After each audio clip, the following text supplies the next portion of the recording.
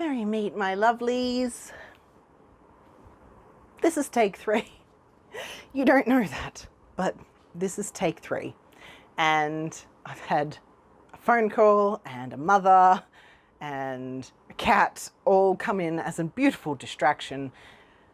This will be the final take, I promise. I hope I can keep that promise.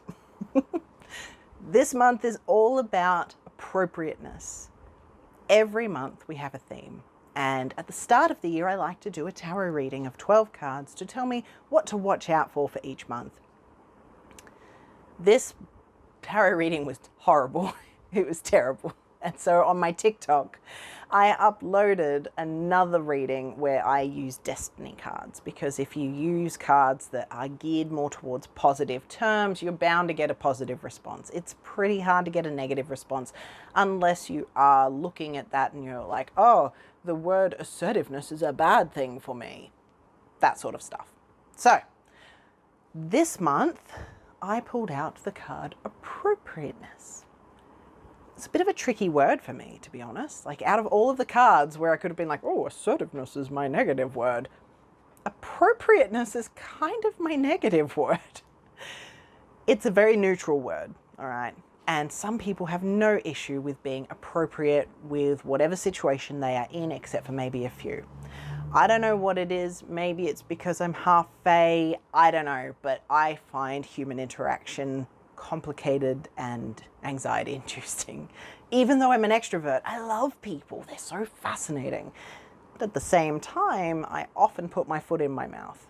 I will constantly say something that is not appropriate for the situation I'm in, or is too far left of what people are talking about.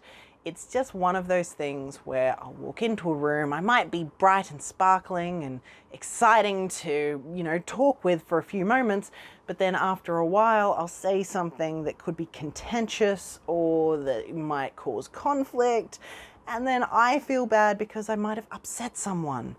And that lack of confidence comes through a lot when I think about how to be appropriate. This month we've got a lot of things lined up. I'm doing my first MC gig for the Chamber of Commerce, which is really exciting. It's for International Women's Day. And on the weekend, I was talking to a woman who is anti-feminist and about all the bad things about International Women's Day. And in my head, I'm like, should I talk about that? I don't know if I should talk about that. What's going on?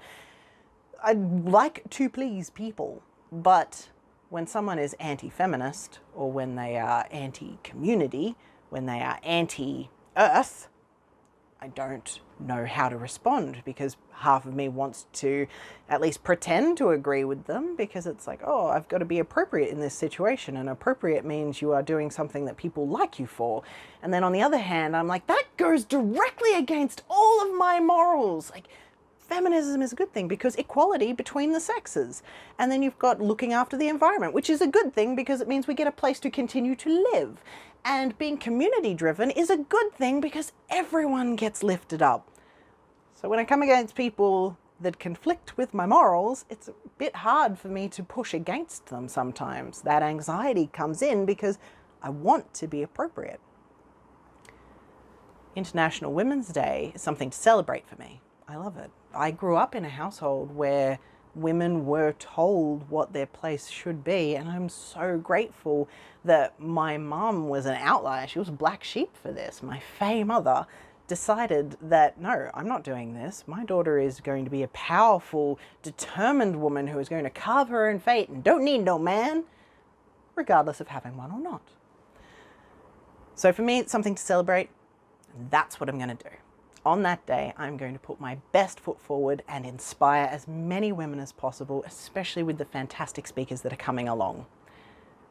Then, after that's done, I'm going on a retreat. It's called an Ultimate Breakthrough Retreat, which means that we're going to be rewriting stories, and we're going to be meditating and doing yoga and eating delicious, healthy, organic foods and having a beautiful community sense as well.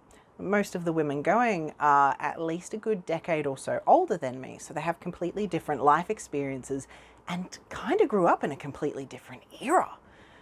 So knowing how to navigate that situation can induce anxiety as well. I can see why this particular topic came up for this month. It was foreseen. After that, I've got my beautiful calendar over here, so right behind you, which is where I keep glancing. After that, I have Prawn Day, which is a massive networking thing put on by the Beenleigh Chamber of Commerce, Beenleigh Yatala Chamber of Commerce, where you get to eat constant prawns all day. It's amazing. I love it. Sorry for the people that are allergic. And you get to drink beer and drink cocktails and network with all the other business owners that are in the local area that have got tickets. It's a completely different hat from the retreat that I will be finishing the day before Prawn Day. After that, I have a seminar with Mum where we're going to a place where we can identify different mushrooms from the local region, because I love herbs and I love knowing what I can pick and what I can't and what the medicinal uses might be. Then after that, the week later, we've got Mabon, which is pagan Thanksgiving. So I'm going to be doing that one too. Unlike Wolflock, I love Mabon because I love to express gratitude. It just brings more good energy in. In between all of this, I still have to go to my acupuncture day job twice a week, and I still have to go to networking meetings that I've got. And so there's a different hat for each one, and there's a different kind of appropriate, and overthinking it gives me anxiety. Not being prepared for it gives me anxiety. So what do you do? What do you do when you need to be appropriate for all of these different situations? When you're in the middle of trying to strive to be an author? I don't quite have the answer, but I have one that resonates at the moment. And what that one is that you need to be yourself. I need to be myself. In all of these circumstances, I can only be me. That could be a more calm version of me. It could be a more excited version of me. It could be a more hippie version of me, which, let's not lie, that's a little bit close to the truth. It can be the formal, slightly comic version of me. None of these are inauthentic. All of these are aspects of me. And it's just like turning a diamond. You get to see a different facet from a different angle.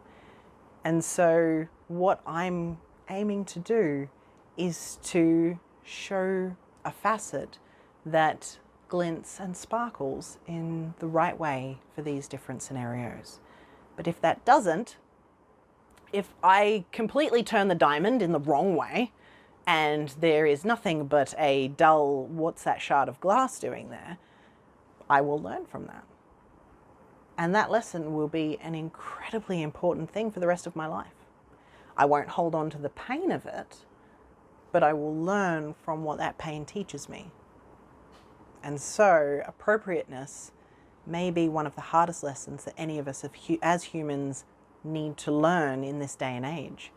We have silos of information and silo communities and tribes from our online personas and our online circles.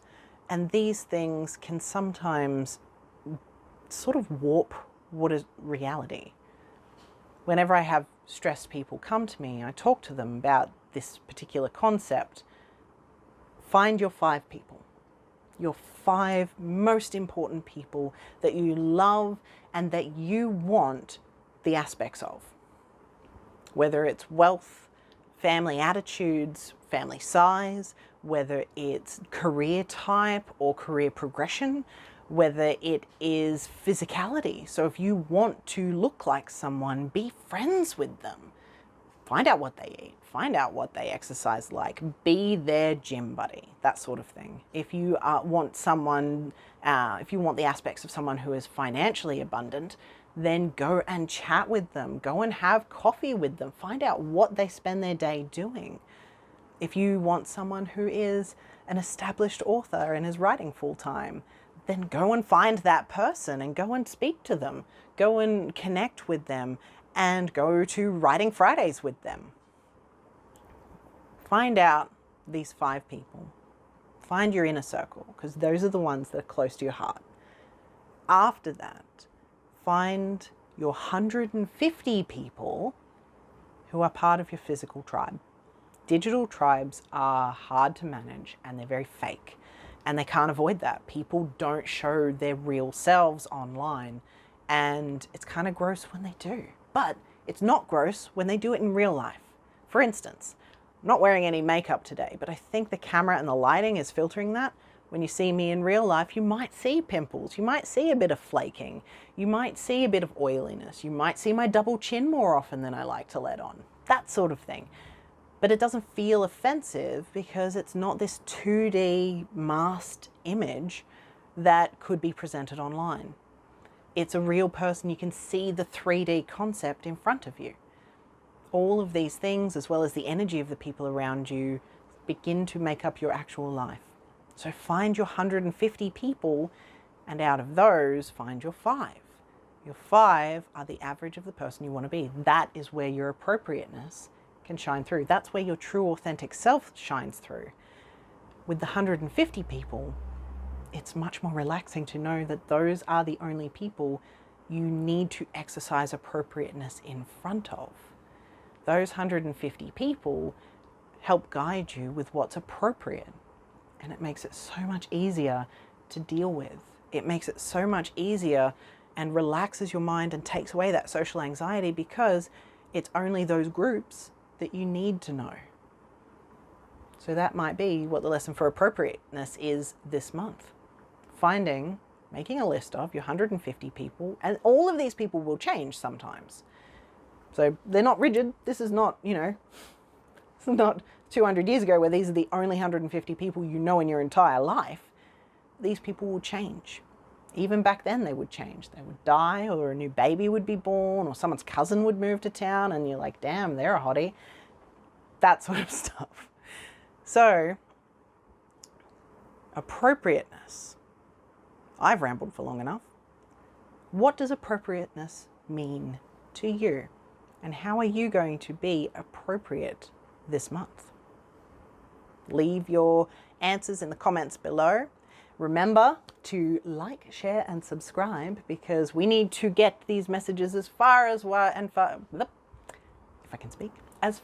wide as we can, and spread the magic. Merry meet, merry part, and merry meet again.